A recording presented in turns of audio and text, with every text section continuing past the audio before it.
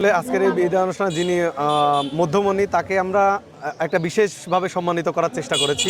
সেখান থেকে আমাদের এই ব্যতিক্রমধর্মী উদ্যোগ, তাকে আমরা একটা আজকের এই র্যালির ঘোড়ার গাড়িতে চড়ে তাকে নিয়ে এসেছি এবং তাকে একটা র্যালি করে যেন বাসায় পৌঁছে দিতে পারে। এই উদ্যোগটার মূল কারণ হচ্ছে তাকে একটা বিশেষ সম্মানিত করা।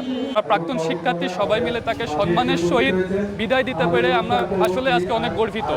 এবং আমাদের ৮২ নং কাঁঠালবাড়িয়া সরকারি প্রাথমিক বিদ্যালয়ের সকল প্রাক্তন শিক্ষার্থী প্রথম থেকে শুরু করে ২০২৫ পর্যন্ত সকল শিক্ষার্থী আজকে উপস্থিত ছিল, যাদের অক্লান্ত পরিশ্রমের মাধ্যমে এই প্রোগ্রামটা হয়েছে। আমরা চাইছি একটু ব্যতিক্রম কিছু করতে, যার জন্য আমরা ম্যামের জন্য ঘোড়ার গাড়ি নিয়ে রাখছি। আমরা মনে করি আমরা প্রাক্তন শিক্ষার্থী হিসাবে তাকে তার পর্যাপ্ত সম্মানটা দিতে পারছি।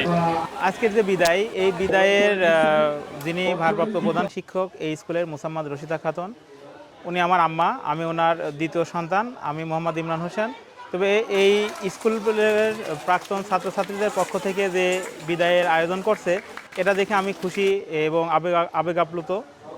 এর থেকে বেশি কিছু আর বলতে চাই না। আমি চাই যে প্রত্যেক শিক্ষকই যেন এমনভাবে সম্মান পায়। এর খুব আপনজন এবং তাকে আজকে ঘোড়ার গাড়ির মাধ্যম দিয়ে সম্মানের সাথে যে সবাই মিলে বিদায় দিচ্ছে, আমি খুব খুশি আনন্দিত যে আমাদের শিক্ষক আজ ৩৫ বছর যাবৎ এখানে চাকরি করছেন।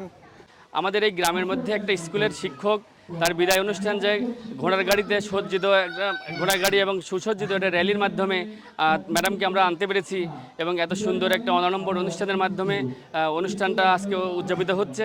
এর জন্য আমরা খুব আনন্দিত।